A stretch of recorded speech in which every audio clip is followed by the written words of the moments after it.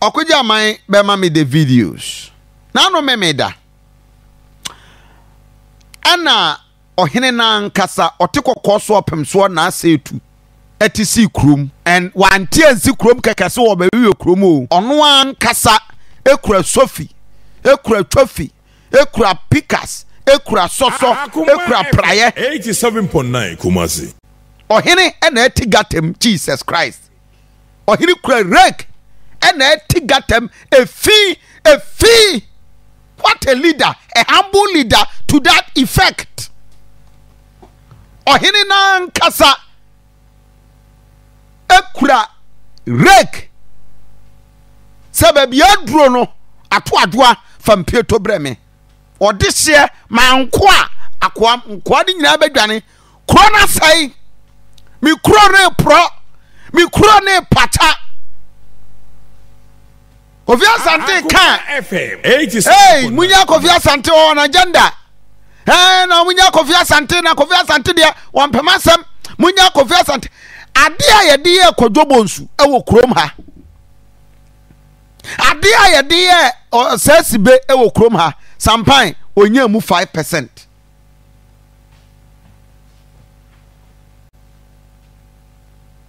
Ana nipa binum di trimu de eti kroimu ana dwuma asie ye ne yenye ana kroimu ayepoto ohene na nkasa afa wohwe ayi kura ogina na ne ho nyenya no 87.9 engineer Nana Atapoku onu gire kire no na engineer ho nyenya no he is Urban Rose. Next week I will host him in this. Next week many engineer Nana Atapoku bedin komo onu agire ho no he felt like no, a lot is not the best. Uda shede dimina ohene na nkasa and ohene feel he was doing it normal because I need to set example. Say adiano something must be done in this city. BB must go on. Kumasi Akuma FM and the two people na me take you on ewo Kumasi. The leadership of Kumasi any ankasa timemufo. The leadership has failed us. Yes. But yenian timemufo we've also failed ourselves. Fee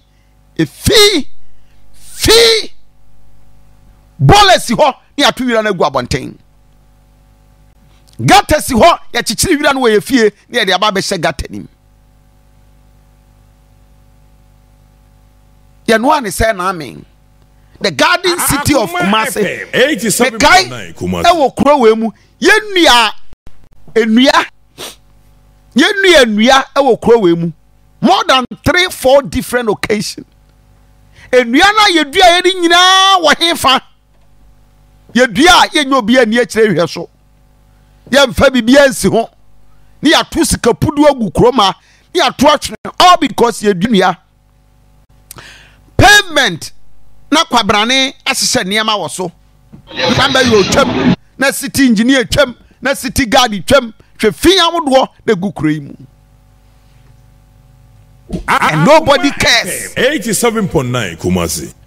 Because baby adro ya dey want to a leadership I will create so in terms of political leadership we will fail ya bebo create. Now wa wo hwe mo hwe Facebook page enti mo se mfeme.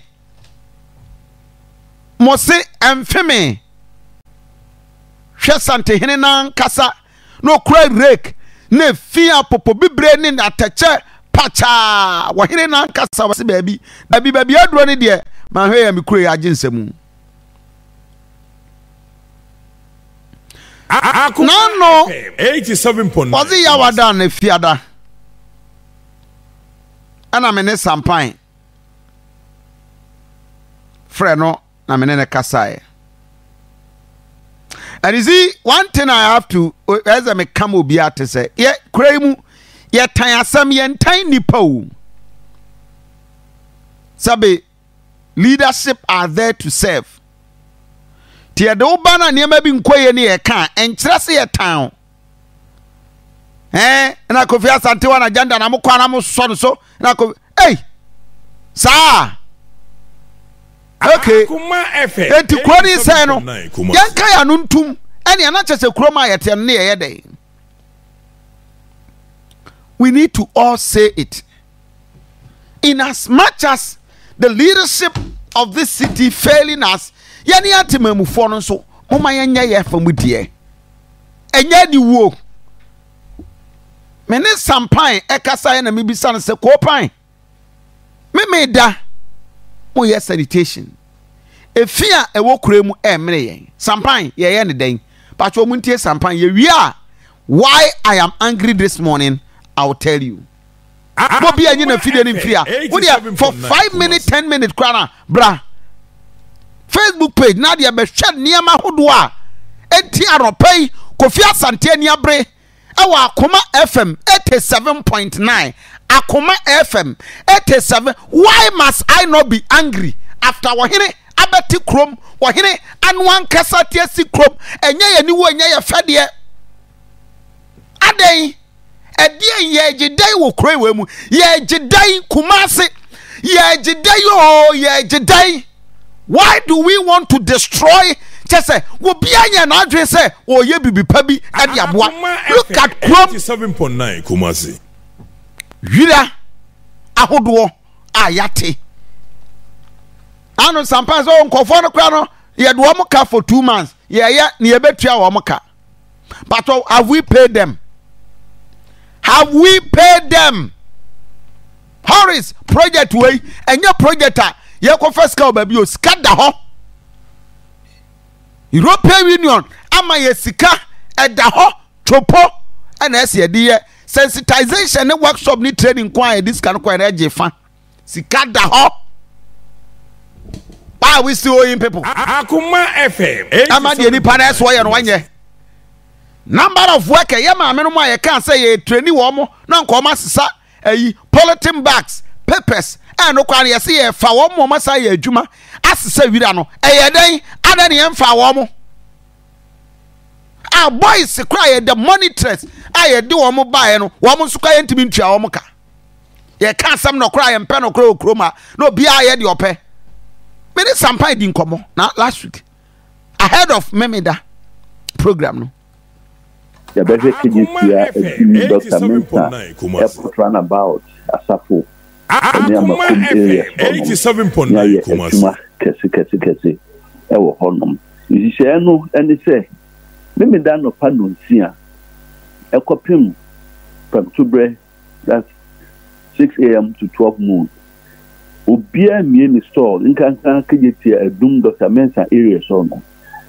Obia mi store kopim se bewie. Adwuma na ye be ye no sukofi enye sampan ene otumfo na enya wo mu kwa koye obi biara owo Kumasi krodua mu no eka ho bi ntinye senka no ye ye fi na pa no matutu om so no mtisto na nim dia sa agu abo se ye bewie no ma befi om so no ma senki we na guga tes no mu biem no enye sa on senka ni na kwasa kuduma ye bo communal labor ewo Kofi ukrom ho na so wankwa anko ye bia development committee for no more finding wo and the pa ye mra no say environmental court no would deal with you nti wo a wo be ye kwakwasa wan fa wan nyimo epinya no sa mra no e di bedu because ya adosu wo Kumasi especially ebiem ka ye accredit no sa wo nye tie mini wo ye mensia wo ba be ye adwuma ana unye media ya credit to FM 87.9 Kumasi say no be adwuma now you trotro we your shop na we your hwan now they will cars ewuram e bedroom point extra point ay be ya di barriers no be sisi no a yenya car no a wo so ye be to the akwa kosika me mo atua ho kasa na edoka amaw e say adwuma na ye koye ye be so bia di no ho agimu enya ba bi faako obi bia ti say wan dimi ama kromumpo na wo fia wo area honum no wa wani mu wo dan chi na sefo na ye wa sede a e wo se wo ye obi ye wie we a enya no ko ye ta hwe se especially the ceremonial role we are talking about the Kumasi obi e ba ho ni nyina nam no enkrofo betonye ma all right wo mo shops all right wo bebre atra wo mo shop no edim nkonya ne table na asifo nyina be gu pavement no so ni nyam se be make sure say no mo ye be come na so ko catch omo mo ankasa edomo pem aye the need for accuracy na ya sign ahwe say ye be penti afie ni nyina ewo ye bylaws ni nyina mo sen kankan the main streets no obi anso be penti ne dan ya see border ma bo penti ye nke me the kind apenti e de akase Akuma FM 87.9 Kumasi se bibia awie peye nti ebetre we ye nyina ye Asantehene na di no ho agim o stress ye nyina ye nka ho ye nya adwuma no. So the Saturday exercise no Dr. Mensah ne afa GM KJT anymore na ye guzo but ye koko wie na ye wie no Saturday ni wie a wo se ye be fraba esro astan sro ne ahwese fia ayedada nyina ye be penti wana wode one shop aba bonten ye be hwese ye be mo omo ankasa voluntarily if you care ye wo kan obodi be 87.9 Kumasi say ye betimi I enforce this arrangement I will can because it appears go be arrangement care me your enforcement team yes mention so I share bo so so be boa yen e ma akoso ade no ye no sabi kofi so otu onim say enye pavement no so na so do ne ma e begbo enkankan ba bia ye kan enti so wo de bana say obi agu say ade a wo ye ne dia to da bia enye patapasem ne politics sem enye se mi na mi fi ha na mi we say asem when it's wrong it is wrong. Akuma FM 87.9 Kumasi na we are subache dia copy your regulations so emra no wo. But over the period we share Horace project almost started last 2 weeks my friend in charge of sanitation still that's why we feel we doom work KJT yeah Horace project here and no actually no the home meeting cry you say difficulties no and difficulties there are two angles. One more ye fa one more ye tia one more Akuma FM 87.9 Kumasi Kofi Akuma FM 87.9 Kumasi do have a 6 no obedu ho bia 9. In fact the last time in twa no sa for the last time no kasa omo sika kra sam no ko mun twa omo ka so Kofi ye do omo ka 2 months ye be enra ne ne ye tia bi ama wo but they don't go to work. Now, if you will see, do can so one majuma, and when the month ends, you come there and say, "About the disca." One quadjumano because you do cap until the dead one quadjumano. I didn't see Ababa say in Jalka. When we made an arrangement, you started projects, no, they're just sending on a levies, no. You're near Capre next month, and your best starting any Akuma FM 87.9 Kumasi. Traders na se for no enom bi share with them kaka to mutua na de boano next month na be start until for the past if November ba no assembly na resources de ditua wo muka enyina wo mu bi nko two ebinum so share that de kogu wo be kofi container no ho emu ye ma no di wura na kogu form and na no mi ku bi bisa wo questions a no bit me nya kokudo ka kire say ya fa obi say omprapra so di wura de kogu container no money pan in your one with that mentality. Is there no one issue? Akuma FM 87.9 Every night we make sure say the place is cleaned. Apart from say we call that places are considerably the situation is very far better than me name the monitoring system because per the last year I was sanitation kasaya wa admit here some of them now pile up even KJT for managers crano omo preparation chain now omo so be prepare no KJT asem different. No, I'm talking about runabout no so what they fa KJT fly over down no so ekopie MTN. No, Oma prepare for him. Oma prepare share last week but me in the morning 87.9 the situation not like that. I see. And junkies no edwana jwa ya preview man befa last ball anakono junkies no consistent it grew from all over the city no they bed dump for honor. That's the difficulty we are having and especially in the night woman monitor no be any honum no be say adwuma